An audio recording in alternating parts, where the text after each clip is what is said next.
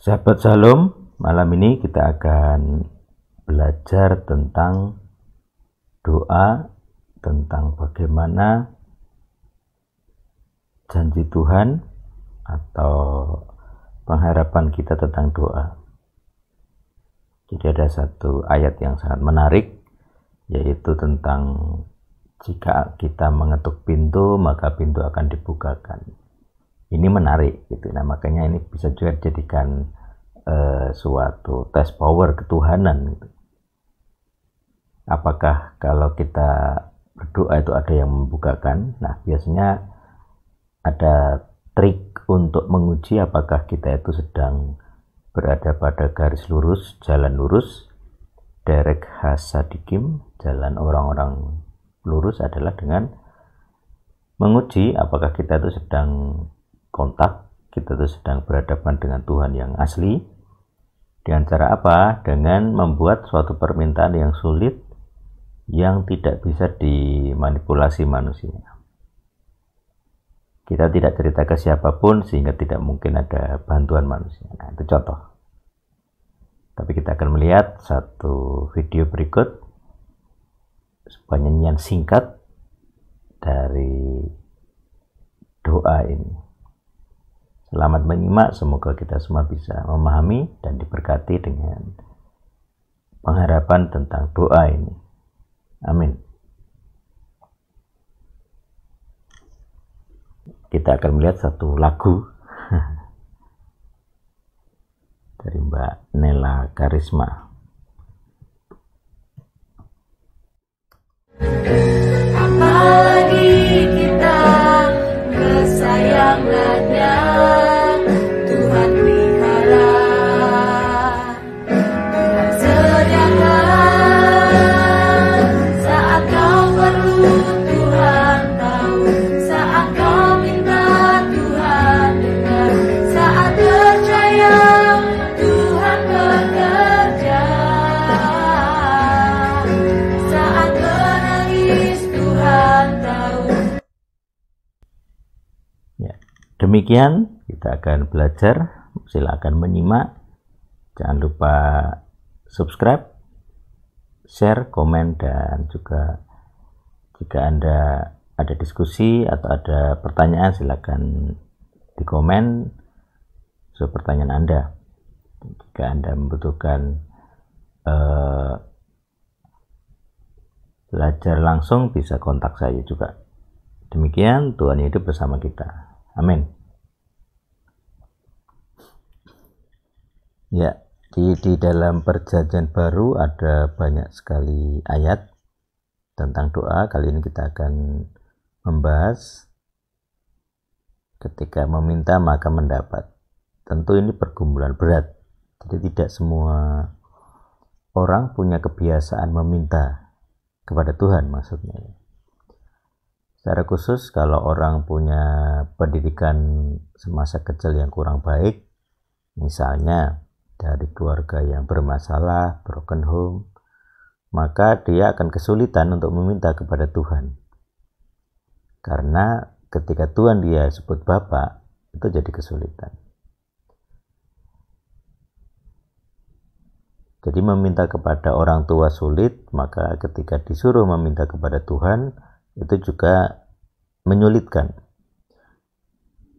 Tetapi di sini kita lihat itu memang Tuhan sendiri yang ngomong gitu ya, mintalah gitu. Jadi meminta itu memang menunjukkan kita bergantung kepada siapa yang kita minta gitu. Dalam hal ini adalah orang tua, gitu, bapak kita. Nah, ini yang menjadi pergumulan dari orang-orang beriman. Karena seringkali selalu yang sering jadi pergumulan adalah apa yang saya minta tidak diberikan, apa yang saya harapkan tidak terjadi. Kalau apa yang diinginkan selalu terjadi, orang tidak perlu beriman sebenarnya. Saya yakin orang-orang beriman itu muncul karena ada kesulitan. Kalau tidak ada kesulitan, orang tidak akan lari kepada iman gitu. Ngapain beriman kalau sudah dapat itu. Nah, Tapi di sini kita lihat beberapa kasus dari Matius, Lukas di ayat-ayat ini ya. Kemudian Yohanes ada 2. Itu memang begitu, mintalah gitu. Tetapi di sini kita lihat ada satu syarat penting. Kalau kamu tinggal di dalam aku dan sabdaku tinggal di dalam kamu, mintalah. Jadi ada syaratnya. Ternyata meminta itu ada syaratnya. Jadi makanya ini menjawab pertanyaan kenapa orang meminta tapi tidak diberi, atau hal-hal yang dia inginkan tidak terjadi, karena memang ini ada syaratnya. Ternyata ini tidak sekedar minta saja. Bahkan di ayat 6 Yohanes 16:24, sampai sekarang kamu belum meminta dalam namaku. Meminta dalam namanya itu pun ada syaratnya. Kita tahu namanya siapa. Banyak orang Kristen tidak tahu nama Tuhannya siapa.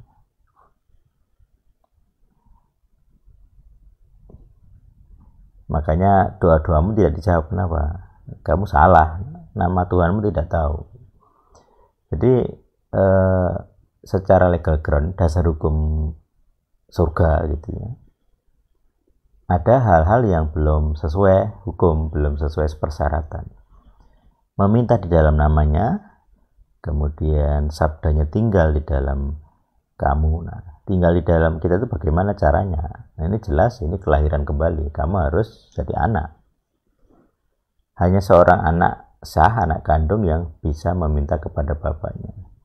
Makanya ada yang disebut kelahiran kembali atau dilahirkan oleh roh kudus, roh Tuhan. Nah, kemudian di dalam nama ini tidak sekedar bunyi. Jadi orang-orang Indonesia itu taunya nama itu bunyi gitu. Makanya dalam banyak istilah-istilah yang kita pakai, kita tuh hanya menyerap bunyi. Kayak kata sopir, kita serap dari kata chauffeur, Perancis. Nah, apakah pronunciation Perancisnya mirip? Silakan dikomentari. Tapi yang jelas, kita lebih suka secara budaya bahasa itu lebih banyak menyerap bunyi, bukan makna. Coba aja orang Kristen tuh ditanya, atau tanya pendetamu lah. Coba tanya pendetamu, Pak Pendeta, apa arti nama Yesus? Nah, saya yakin pendetamu pun akan tidak cepat langsung menjawab. Pasti akan mikir, apa arti nama Yesus yang asli, yang sebenarnya. Itu PR ya. Nanti yang sudah tanya ke pendetanya bisa komen di bawah. Jadi itu mintalah. Makanya ketika tadi ada lagu Kak Nela Karisma tadi, itu lagunya indah sekali gitu. Jadi apa istilahnya, Tuhan tahu apa yang kita pergumulkan, Tuhan tahu apa yang kita minta gitu ya, apa yang kita butuh, apa yang kita seharusnya dapatkan. Tapi faktanya seberapa banyak orang percaya yang sangat-sangat bergumul tentang doa. Minta sembuh gak sembuh, minta sehat tidak sehat, minta anak tidak dapat anak gitu ya, minta berhasil malah gagal. Banyak hal. Jadi secara khusus orang tuh kan pengennya enak itu hidupnya. Bisa kuliah atau sekolah di tempat-tempat yang potensial, bisa nanti punya banyak koneksi, bisa menyiapkan masa depan yang baik, kemudian nanti bisa bekerja dengan gaji yang banyak, yang lebih dari cukup gitu ya. Nggak hanya cukup, tapi lebih dari cukup gitu. Berlimpah-limpah pengennya kan gitu. Kerjaan yang tidak susah-susah, tidak bersusah payah. Nah itu nanti sebenarnya masuk materi dosa Adam. Nanti saya akan ceritakan bagaimana kita bisa bersih dari dosa Adam, yaitu kutuk bekerja. Tapi di sini poinnya adalah di pelajaran kali ini adalah mintalah. Maka dari cara berdoa mintalah ini kan ada satu hal yang tidak dibahas di ayatnya, yaitu kalau kita minta, bagaimana kita tahu dijawab? Nah, itu berkaitan dengan cara mendengar Tuhan. Bagaimana cara mendengar Tuhan menjawab doa kita? Satu, kita bersedia mendengar. Mendengar itu ya kita kayak orang mendengar orang ngomong. Pernah nggak Anda merasa Tuhan bicara kepada Anda? Nah, itu berkaitan dengan pengalaman spiritual Anda. Makanya saya menguji kalau berkaitan dengan pengalaman ini, saya mengadakan tes power gitu. Jadi saya meminta hal-hal yang tidak mungkin terjadi secara manusiawi. Jadi artinya saya tidak bisa melakukan, orang lain juga tidak bisa bantu. Jadi ketika hal-hal itu terjadi, ini kayak minta tanda ya, maka saya bisa yakin itu Tuhan yang menjawab. Itu contoh. Jadi kalau saya tidak bisa mendengar, maka saya meminta tanda yang mustahil. Termasuk dalam pelayanan saya juga begitu, saya minta tanda yang mustahil. Dan akhirnya terjadi gitu ya. Dan sekarang saya bisa mempublish gitu ya. Channel ini itu bagian dari doa itu juga. Dulu tidak mungkin gitu, karena secara pengetahuan juga tidak punya, sumber daya tidak ada dan sebagainya gitu ya. Tapi sekarang terjadi gitu. Jadi itu hal-hal yang kita alami atau saya alami dari cara berdoa kita, maka kita bisa tahu ini Tuhan atau bukan, ini Tuhan asli atau bukan. Makanya ini nanti juga berkaitan dengan video saya tentang apakah doa orang menderita didengarkan, apa doa orang teraniaya didengarkan. Nah, itu tinjauan yang berbeda.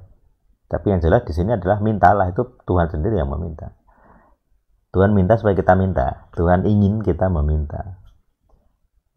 Jadi itu membuat kita istilahnya apa ya, mengurangi beban mental sebenarnya. Jadi kalau kita tidak punya tempat bergantung di dalam mental kita, ini sedikit analisa psikis gitu. Jadi bagi orang-orang yang punya iman, itu kebergantungan kepada pencipta, kepada Tuhan, itu melegakan emosi. Kenapa? Karena ada hal-hal yang di luar kendali saya, kemampuan saya, dan itu bisa terjadi. Dan itu baik bagi saya, itu kan. Segala sesuatu dipakai Tuhan untuk kebaikan kita. Asal apa? Kita adalah anaknya. Sabdanya tinggal di dalam kita. Jadi pastikan sabda Tuhan tinggal di dalammu, belajarlah kitab suci, maka barulah kita punya hak meminta. Itu namanya legal ground. Kalau kita tidak tinggal di dalam dia, terus kita minta, itu namanya nanti ada di kitab Wahyu itu ayatnya. Banyak orang berkata, Tuhan, Tuhan, bukankah aku sudah ini itu demi engkau? Kemudian Tuhan berkata, aku tidak mengenal engkau, hanyalah daripadaku. Nah, jadi ada banyak orang meminta tapi tidak punya legal ground, tidak punya hak meminta sebenarnya. Maka uji dulu dirimu, apakah dirimu punya hak meminta. Dari situ mintalah dengan iman. Saya punya hak, saya anaknya. Itu ya, diperhatikan. Mintalah dan pastikan Anda punya hak meminta. Tuhan yang hidup bersama kita. Amin.